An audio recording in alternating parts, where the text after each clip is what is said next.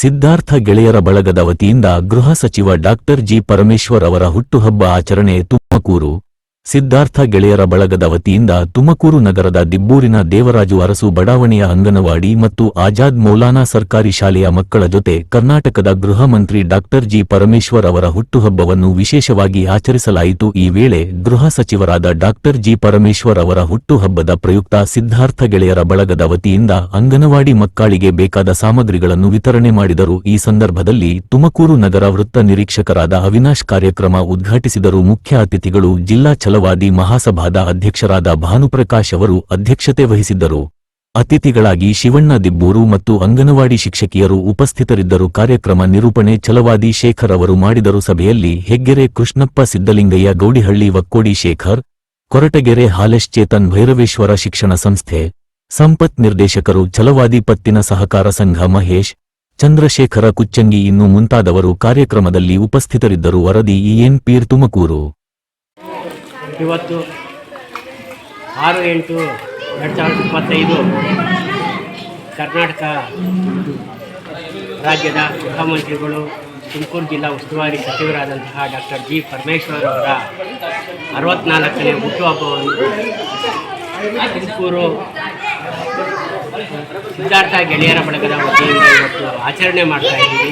ಇವತ್ತು ತುಮಕೂರು ನಗರದ ದಿಬ್ಬು ward number 6ರಲ್ಲಿ ಏನು ಕೊಳಗೇರಿ ಬಡಾವಣೆ ಒಳಗಡೆ, ದೇವರಾಜ ಅರಸು ಬಡಾವಣೆ ಒಳಗಡೆ ಇವತ್ತು ಎಲ್ಲ ಮಕ್ಕಳುಗಳಿಗೂ ಈ ಏನು 3 ಅಂಗನವಾಡಿ ಕೇಂದ್ರಗಳಿದ್ವು. ಇಲ್ಲಿ ಒಂದು ಶಾಲೆ ಇತ್ತು, ಆಜಾದ್ ಶಾಲೆ. ಈ ಶಾಲೆಯ ಮಕ್ಕಳುಗಳಿಗೆಲ್ಲರಿಗೂ ಇವತ್ತು ನಮಗನ್ನು ಕೇಳ್ಕೊಂಡಾಗ ಈ ಅಂಗನವಾಡಿ ಕೇಂದ್ರಗಳಿಗೆ ತಟ್ಟೆ, ಲೋಟ ಮತ್ತು ಚೇರು ಮತ್ತು ಕುಕ್ಕರು ಮತ್ತು ಬಾಬಾ ಸಾಹೇಬರು, ಗಾಂಧಿ, ನೆಹರೂರವರ ಫೋಟೋಗಳನ್ನು ಸಹ ನಾವು ವಿತರಣೆ ಮಾಡೋಂಥ ಒಂದು ಕಾರ್ಯಕ್ರಮವನ್ನು ಇವತ್ತು ನಮ್ಮ ವೇದಿಕೆ ವತಿಯಿಂದ ಹಮ್ಮಿಕೊಂಡಿದ್ವು. ಅದನ್ನು ಇವತ್ತು ನಮ್ಮ ತುಮಕೂರು ನಗರ CPI ಸಾಹೇಬರಾದಂಥ ಅವಿನಾಶ್ ಅವರು ಬಂದು ಇವತ್ತು ಈ ಕಾರ್ಯಕ್ರಮವನ್ನು ನಡೆಸ್ಕೊಟ್ಟಿದ್ದಾರೆ. ಈ ಒಂದು ಕಾರ್ಯಕ್ರಮ ಯಶಸ್ವಿ ಆಗೋದಕ್ಕೆ ನಮ್ಮ ಹೆಗ್ಗೆರೆ ಕೃಷ್ಣಪ್ಪ, ಶೇಖರು ಮತ್ತು ಸಿದ್ದಲಿಂಗಯ್ಯ ಮತ್ತು ಅವ್ರ ಸಹ ಪಾರ್ಟಿಗಳೆಲ್ಲರೂ ಸೇರಿ ಇವತ್ತು ಈ ಕಾರ್ಯಕ್ರಮವನ್ನು ಅತ್ಯಂತ ಒಂದು ಮಕ್ಕಳಿಗೋಸ್ಕರ ಇವತ್ತು ಆಚರಣೆ ಆಗಬೇಕು ಅನ್ನೋ ದೃಷ್ಟಿಯಿಂದ ಇವತ್ತಿನ ಎಲ್ಲ ಸಿಹಿ ಮತ್ತು ಕೇಕು ಎಲ್ಲದನ್ನು ಇವತ್ತಿನ ಮಕ್ಕಳುಗಳಿಗೆ ಅರ್ಪಣೆ ಆಗಬೇಕು.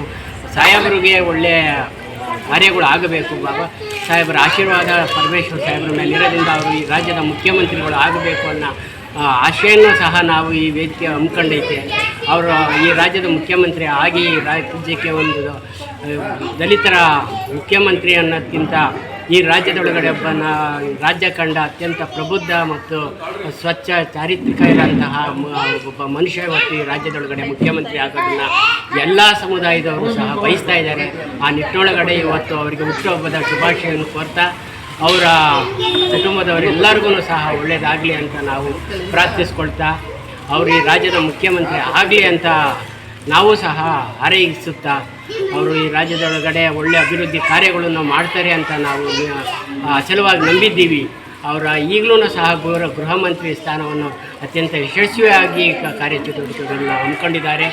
ಅವರು ಮುಂದಿನ ದಿನದೊಳಗಡೆ 75ನೇ ಹುಟ್ಟುಹಬ್ಬವನ್ನು 74ರ ನಂತರ 75ಕ್ಕೆ ನಾವು ಪದಾರ್ಪಣೆ ಮಾಡ್ತಾರೆ ಅಂತ ಸಂದರ್ಭದೊಳಗಡೆ, ಪ್ಲಾಟಿನಮ್ ಜುಬ್ಲಿ ಸಂದರ್ಭದೊಳಗಡೆ ಅವರು ಸಹ ಈ ರಾಜ್ಯದ ಮುಖ್ಯಮಂತ್ರಿ ಆಗಲಿ ಅಂತ ಬಯಸಿ ಈ ಒಂದು ಪುಟ್ಟ ಕಾರ್ಯಕ್ರಮ ಏನು ನಾವು ಈ 3 ಅಂಗನವಾಡಿಗಳೊಳಗಡೆ, ದೇವರಾಜ ಅರಸು ಬಡಾವಣೆ ಒಳಗಡೆ ಇರೋಂಥ 3 ಅಂಗನವಾಡಿಗೆ ನಾವು ಕೆಲವೊಂದು ಏನು ಅಂಗನವಾಡಿ ಒಳಗಡೆ ಕೊರತೆ ಇತ್ತು ಅವನ್ನೆಲ್ಲದನ್ನು ಸಹ ಇವತ್ತು ಈ ಸಿದ್ಧಾರ್ಥ ಗೆಳೆಯರ ಬಳಗದಿಂದ ವಿತರಣೆ ಮಾಡಿದ್ದೀವಿ.